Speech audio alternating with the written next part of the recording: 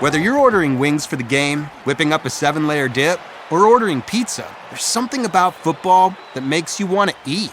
And this football season, Uber Eats has the best deals on game day food. No matter what you're craving, from 2-for-1 pizza to buy one, get one wings, Uber Eats will be dropping new deals each week, all season long. Uber Eats, official on-demand delivery partner of the NFL. Order now. Terms and conditions apply. See app for details. Hey, it's Austin James. Yes, I'm living with diabetes, but it doesn't have to define me. Thanks to the Freestyle Libre 3 Plus sensor, I get real-time glucose readings throughout the day. The Freestyle Libre 3 Plus sensor is small and easy to wear, giving me the freedom to focus on my life as a parent and a musician. Now this is progress. You can get a free sensor at freestylelibre.us. Offer available for people who qualify. Visit myfreestyle.us to see all terms and conditions. Certain exclusions apply. Data on file. Abbott Diabetes Care. Per prescription only. Safety info found at freestylelibre.us. Now tuned into the greatest.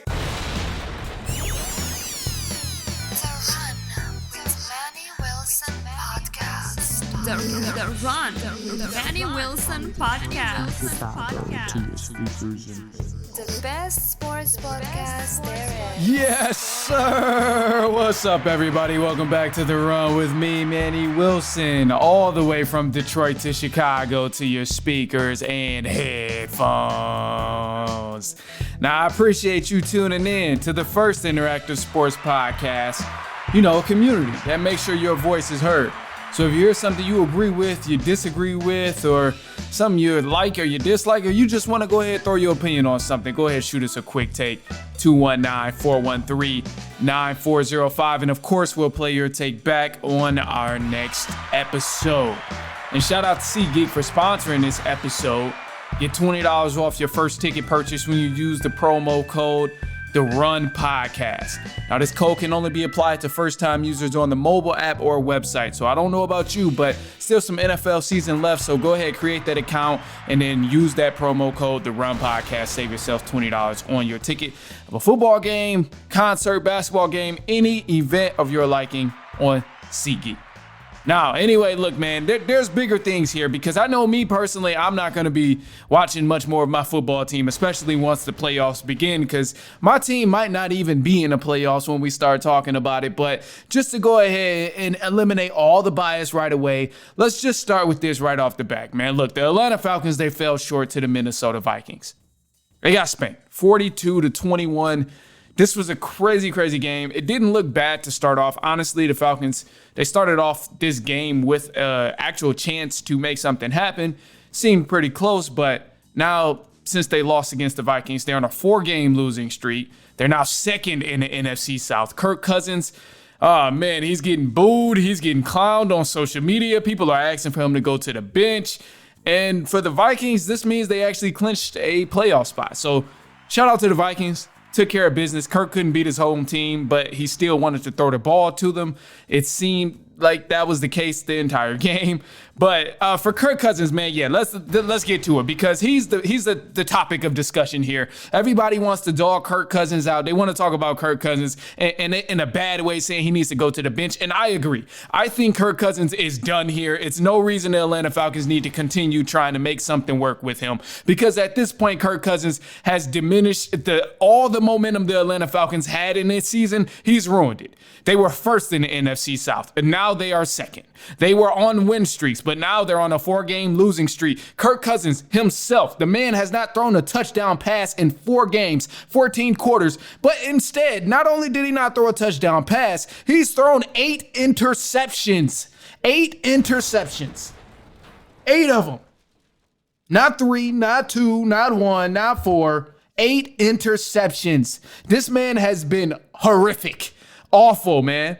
4 games and the guy hasn't thrown a touchdown pass. And I know the easy way out and the fun thing for everybody to do right now is blame Kirk Cousins. They're going to be like, oh, well, Kirk Cousins, he's been bad. Start Michael Penix. He's not doing it. But nobody's really saying why Atlanta Falcons fans want to bench Kirk Cousins. Because the random people who hear it and they're like, oh, why would you bench Kirk Cousins? He's still a decent quarterback. He's second in passing yards in the NFL right now. Why would you bench him? I get it. It sounds silly right off the bat. I understand that. But the thing that a lot of people are missing, they're not watching these games. They're not watching Kirk Cousins noodle arm it downfield. They're not watching him overthrow or throw inaccurately to targets who are wide open, or even just missing blatant wide open targets. People who aren't going for Kirk Cousins to go to the bench and they're saying he needs to continue to play, you're not really seeing what he's doing right now. Because even when he isn't throwing all these crazy inaccurate interceptions, he's still throwing them on crucial moments of the game, which turns the momentum sideways. You kill everything when you throw an interception on a drive that you worked so hard to maintain and march downfield. If Bijan Robinson is carrying the offense, running up and down the field, getting them all the way to the opponent's side of the 50, and you throw an interception, what do you think that does for your defense? It's demoralizing when you continue to throw them back to back to back to back. It's sad. So I get it. Yeah, Kirk Cousins, he's an experienced guy. Experienced veteran quarterback, as you may say. They paid him $180 million, which is the real reason why I think they don't want to, send Kirk Cousins to the bench, because they're like, look, I'd be damned if my investment of $180 million goes on the sideline. I get that part. That is valid. But damn it, he's not playing good at all. He's a very a point A to B quarterback, meaning like there's nothing that he's doing that's deceiving the defense. And part of this is also on Zach Robinson. You can blame him for this too, for Kirk Cousins' terrible performances, because his play call hasn't been the best. So maybe you got Kirk Cousins out there trying to audible in a situation that's not really necessary.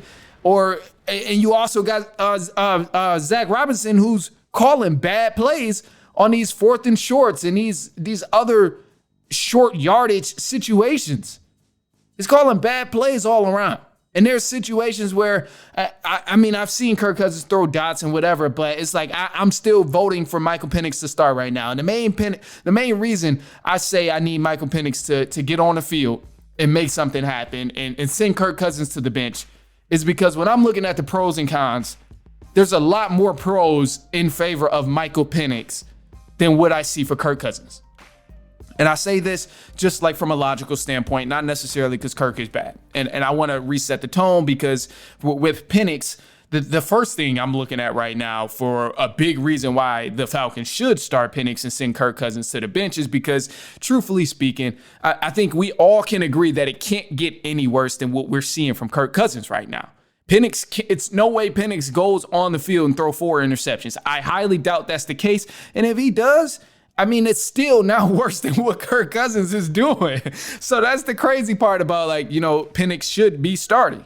This is going to help him gain experience. This is, another thing where I think this could trick opponents starting Michael Penix is because he doesn't have any film on him. NFL is just heavily reliant on film and tendencies and what guys are comfortable with, uncomfortable with. With Michael Penix Jr., there's nothing that no one knows where it's like, oh, he's very uncomfortable if we format the defense this way, or if we send pressure at him this way. He's very uncomfortable with that. We're yet to know what his tendencies are. So at this point, there's a lot of plus, or a lot of, I won't say plus, but there's a lot of reason why he may thrive with starting with this Atlanta Falcons offense. You look at a lot of rookie quarterbacks, they have good seasons their first year because there's no film on them, and then they go into the sophomore slump, and they really have to figure out how they're going to go against the adversity. But as far as Penix, another pro I see, he's got a bigger arm. So, based on what I've seen, he's got a bigger arm than Kirk Cousins, because Kirk has been noodle arming it downfield. I don't see anything there. And you could possibly make the argument that Penix Jr. is even more accurate than Kirk Cousins, because based on what we've seen in the last few games of Kirk Cousins, it ain't been good. The only con I can think of for Michael Penix Jr. and why he shouldn't be starting over Kirk Cousins just goes back to the experience thing. Outside of experience, for me, anything I've seen from the eye test of Kirk Cousins, there's no legitimate reason he should be starting over Michael Penix.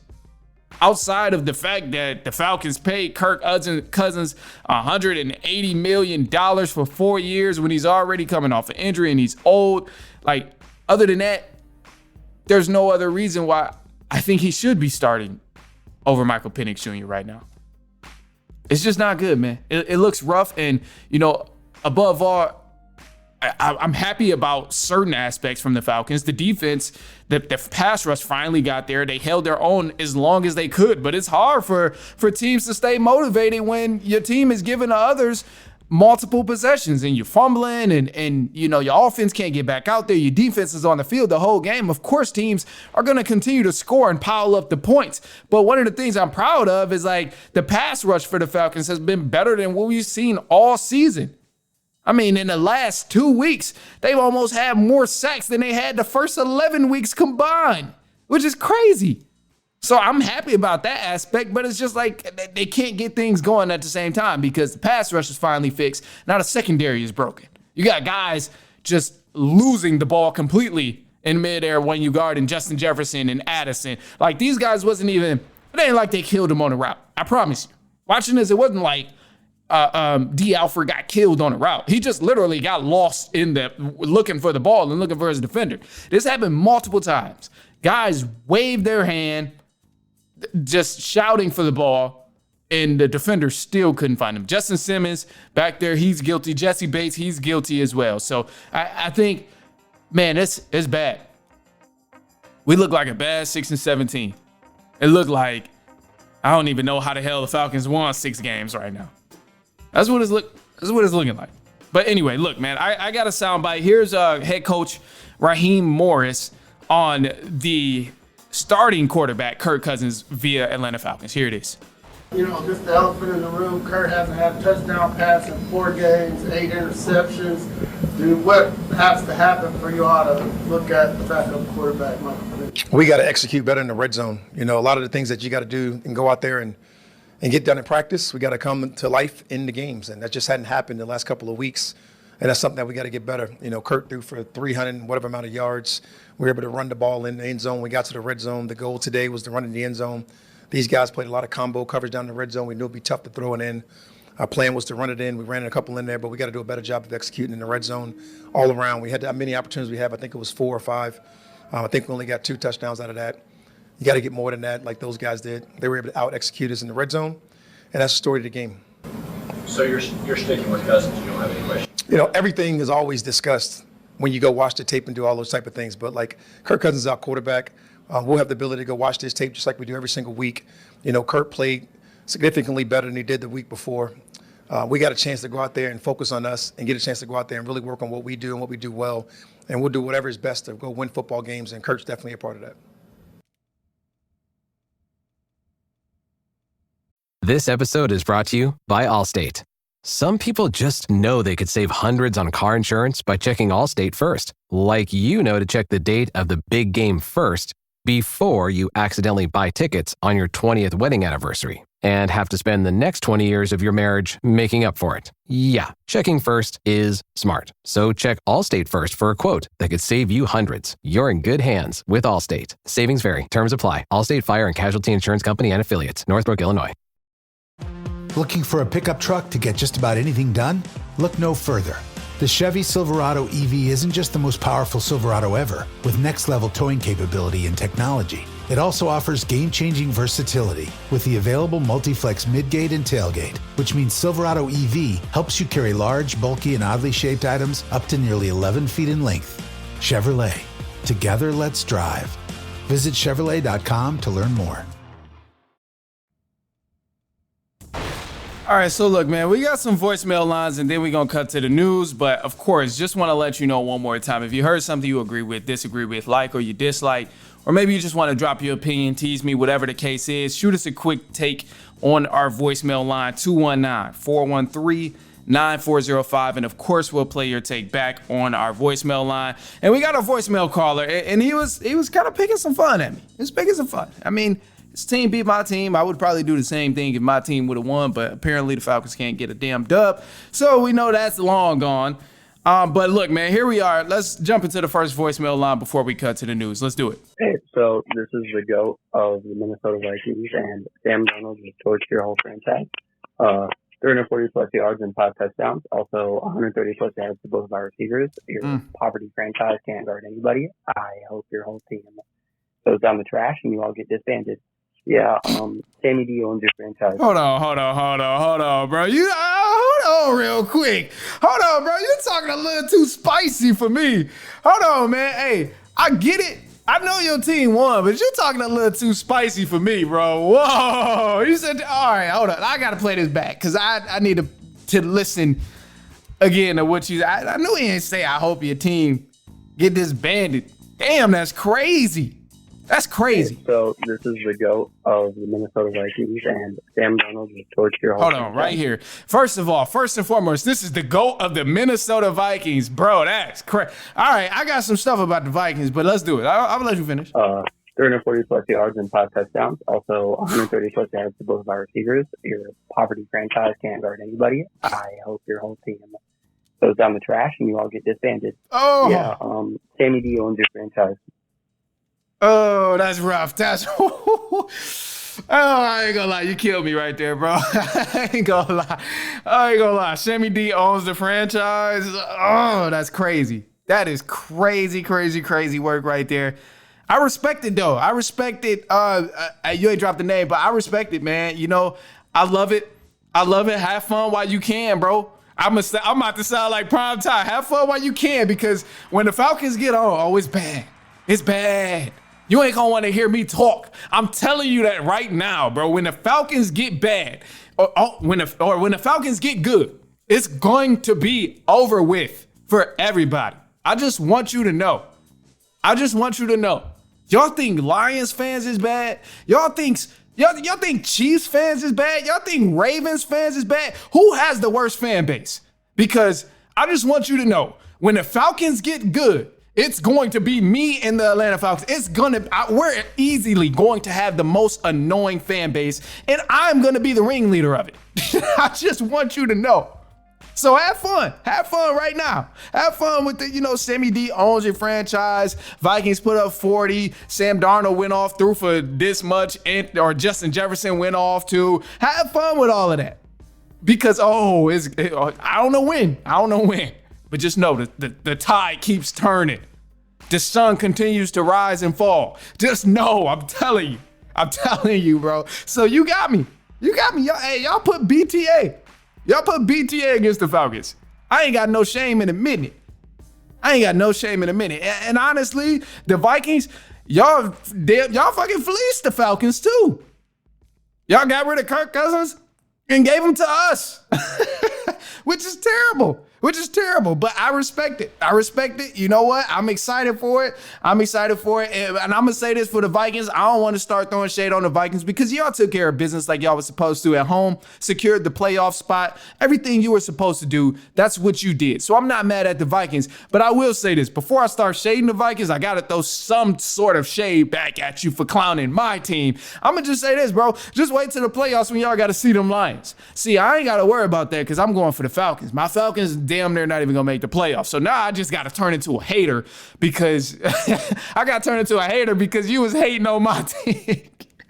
So I get it. I get it. It's cool. It's cool. Have your fun. But now you done turn me into a hater. Now I gotta point at the real best team in the NFC because Vikings, y'all solid. But y'all damn sure ain't beating them Lions. Y'all ain't beating them Lions. I gotta start something now. Hey, Lions fans, they gonna beat y'all or what? Lions fans out there, are the Vikings really gonna beat y'all? I don't know. We gonna see. But anyway, no, I love it, man. I love it. I appreciate you for calling, of course, bro. It's all fun and games. At the end of the day, this is sports, man. This brings people together. We just have fun, bro. That's what it's about. But yeah, man, shoot us a quick take. 219-413-9405. Go ahead, get it off your chest. Throw your take out there. Clown me if you want. The Falcons ain't about to be winning against a lot of other teams. So it's plenty of teams out there that better take advantage of this opportunity because just know I'm talking crazy. I'm talking crazy when the Falcons get good.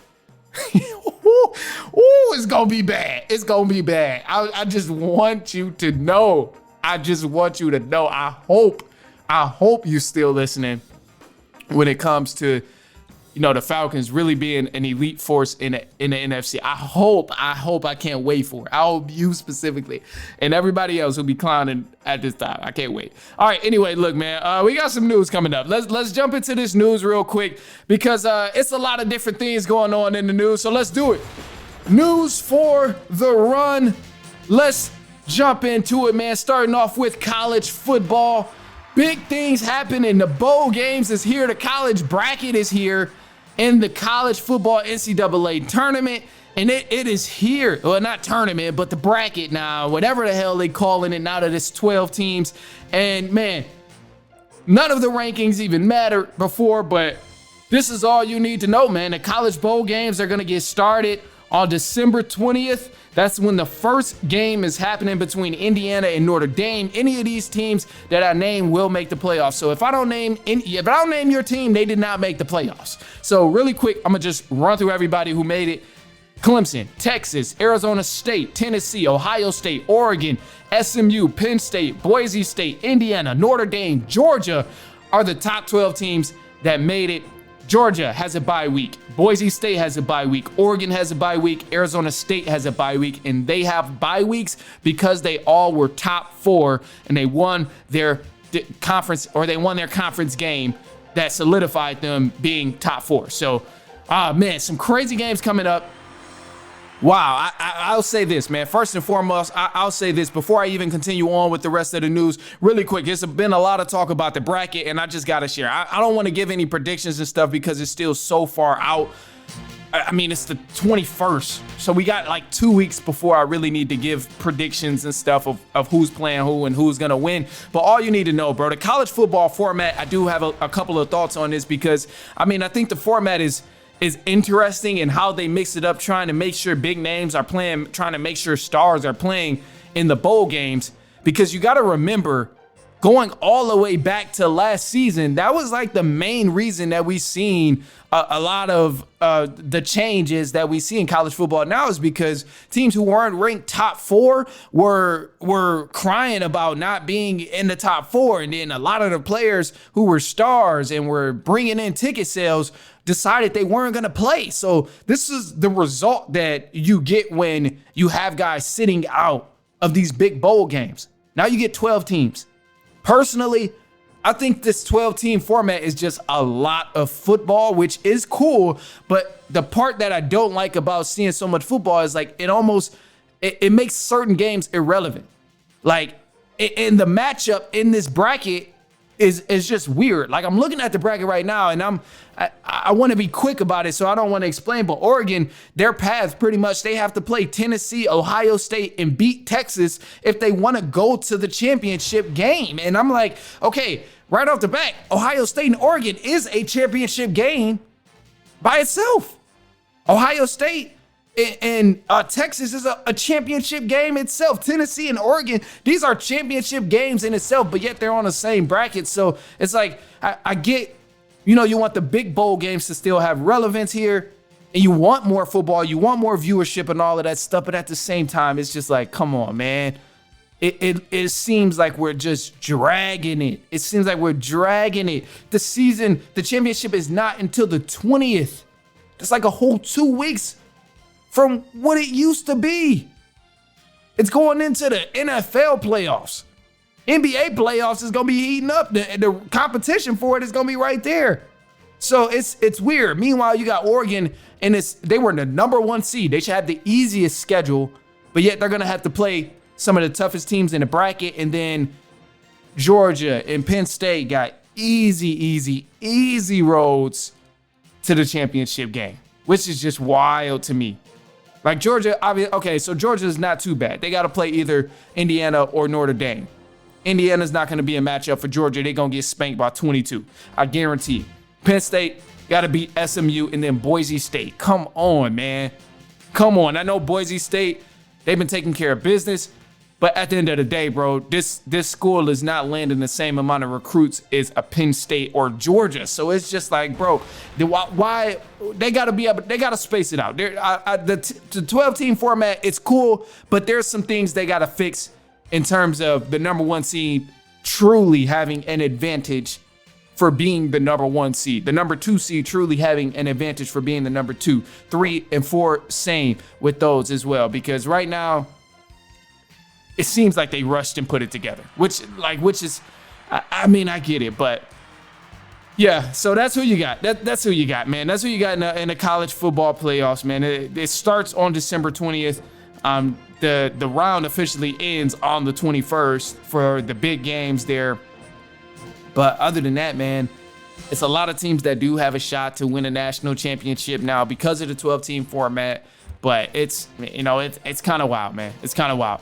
Other than that, look, man, that's all you need to know about college football is, the playoffs are about to start. So look out for your other team. If they didn't make the top 12, some teams still have bowl games. So you definitely want to check up on them and see who they're going to be playing in a smaller bowl game. But definitely, there's going to be an exciting time in the next few weeks where we see these games really start to unfold and we see these teams start to get eliminated. So it's going to be wild. But anyway, let's jump to the NFL because there's a lot going on in the NFL. So just to give a quick recap of some of the wins and losses in week 14 of the NFL. For Thursday Night Football, don't forget, we had the Lions versus the Packers, and the Lions, they ended up defeating the Packers 34-31 in a well-fought game. Vikings, they beat the Atlanta Falcons, as you heard already, 42-21. The New York Jets, they fell short to the Miami Dolphins. The Dolphins moved to 6-7. The Jets, 3-10, an awful season. Who would have thought that they would have been this bad with Aaron Rodgers after getting rid of Zach Wilson, a guy that many people blame the failure of last season on. So it's just crazy to me. Anyway, the Saints, they beat the Giants 14-11. The Panthers, they got close to beating the Eagles. Eagles fans, they snuck one out against the Panthers, but they ended up winning the game 22-16. The Steelers, they beat the Browns 27-14. The Tampa Bay Buccaneers, they beat the Raiders 28-13. Seahawks took care of business against the Cardinals. Rams, they gave the Bills another loss. Bills moved to 10-3. Rams moved to 7-6. They won that game in a close battle, 44-42. 49ers, they smacked up the Bears, had Caleb Williams struggling, and the rest of the Chicago Bears were just struggling. Chiefs, they beat the Chargers in another close game. Man, a field goal attempt that was just doinked off the field goal and bounced in. Crazy late game field goal attempt, but it ended up giving the Chiefs a win. So Chiefs won. They moved to 12-1. 19-17 is how they beat the Chargers. And then tonight you got the Cincinnati Bengals versus the Dallas Cowboys. Man, my money's on the Cincinnati Bengals easily. I think the Bengals easily beat down on the Cowboys, but I'm hoping for a good team or for a good matchup here. But last thing I want to go ahead and do, man, there's a lot of teams right now, 7-6, 6-7, and I think there's some real dangerous teams that's on each side of these conferences. And in the NFC, one of the teams I would hate to run into in this playoff run, because the playoffs are getting ready to start. You got the wild card games, and man, a team I would truly hate to run into in the playoffs, and I do not want to see at all if my team is there, is the Los Angeles Rams. Man, I don't want to see the 7-6 Rams, because this 7-6 team right now looks like the best 7-6 team in the NFL, and they look nothing like their record as of right now. They have an explosive offense, as we seen last night against the Buffalo Bills, and this offense can put points up in a hurry. And I think with a guy like Matthew Stafford, who is a juggernaut at quarterback, he's just a QB I'm not trying to see lead this offense against my favorite team come playoff time. Matthew Stafford and the Los Angeles Rams, man, keep an eye out for those guys, because those guys have been playing good, and anything can happen in a wild card game when the playoffs come around. So keep an eye out for the Los Angeles Rams. Another team in the NFC, specifically the Seattle Seahawks. I would not want to run into the Seattle Seahawks come wild card time, come playoff time, because Geno Smith, yeah, we know he's leading the NFL in passing yards, but unlike Kirk Cousins, who's second in passing yards, Geno Smith is very decisive, and he puts the ball exactly where he needs it to be. Seahawks offense can get hot at any moment, and a big play can happen at any time. So the thing about the Seahawks, yeah, they got an offense who's walking the walk, but the defense can also stand tall. So I would not want to see the Seahawks in the wild card game. That's a team I would hope to avoid, but I mean, hey, who knows what can happen? A lot of people are underestimating them. a lot of good teams have beaten the Seahawks, but the Seahawks have also beat a lot of good teams. So it's just, you never know with this team, and I wouldn't want to take that risk in the playoffs of a wild card. I would much rather play the Falcons. I would much rather play the Tampa Bay Buccaneers if I'm in the NFC in a top seed. Those teams are my concerns in the NFC. As far as the AFC, the major team that I'm worried about here is the Los Angeles Chargers. This is a team that's been in the mix in every single game they've played, regardless of who they've had to play. Top team, bottom team, they're always in the mix. As soon as you think they're out, they're in. 3 of the last 4 games that they've lost, they lost by less than 10 points, and 2 of those losses came from the Kansas City Chiefs. If they didn't have to play the Chiefs 2 times in a season, I'm sure so far right now they would probably have a 10-3 record and be shocking the rest of the NFL in a quiet way, similar to how the Steelers are doing. But this is a team that's going to hang around and they can get stuff done. They can get wins. They can close out games fairly solid. Now, Harbaugh, man, he's been doing a phenomenal job with this team and coaching them up. So if you're in a duel with them, hey, just be wary. Harbaugh might outcoach your head coach. So this is a team in the AFC I would definitely keep an eye open for because, man, they've been balling, man. They've been balling. I was honestly shocked by the Chargers record because, I mean, when you go in and you see all the other hype from everybody else, the Chiefs, the Bills, the Ravens, the Rams is doing good. Seahawks is doing pretty, or all these other teams in the AFC, not necessarily the Seahawks. You think about, oh, is the Chargers really that good? They don't have that many stars on that team. That's it. But they're 8-5 right now.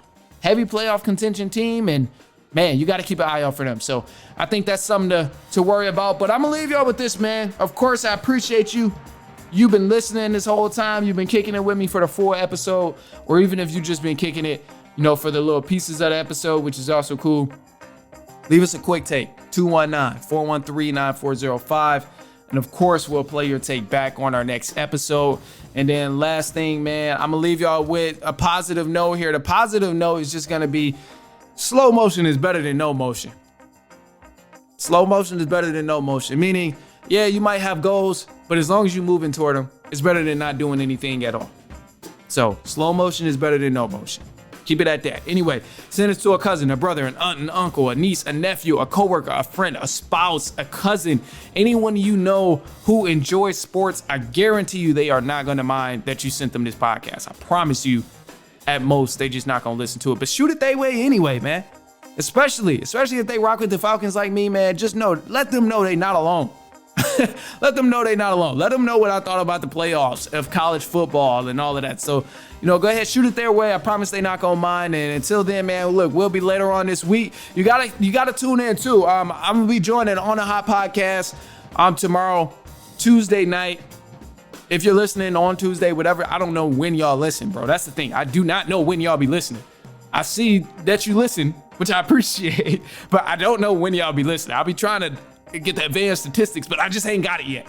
So, yeah, man, send this to them. And yeah, tomorrow night, Tuesday, that's what I lost my train of thought. Tuesday, tomorrow night, man, at 7 p.m., I'm gonna be joining on the Hot Podcast, 7 p.m. Central Standard Time. Man, super cool dude. You got to listen to the conversation. We all in a fantasy league together. So it's on the IG. You can find it on my IG at The Run Podcast is where you'll see us going live and stuff. And then he turns it into a podcast. So check that out, man. It's on iPodcast, Spotify, all of that stuff as well. On the Hot Podcast. So it's dope. Check them out, man. And until then, look, man, we'll be back. We'll be back later on this week, and so on and so on and so on.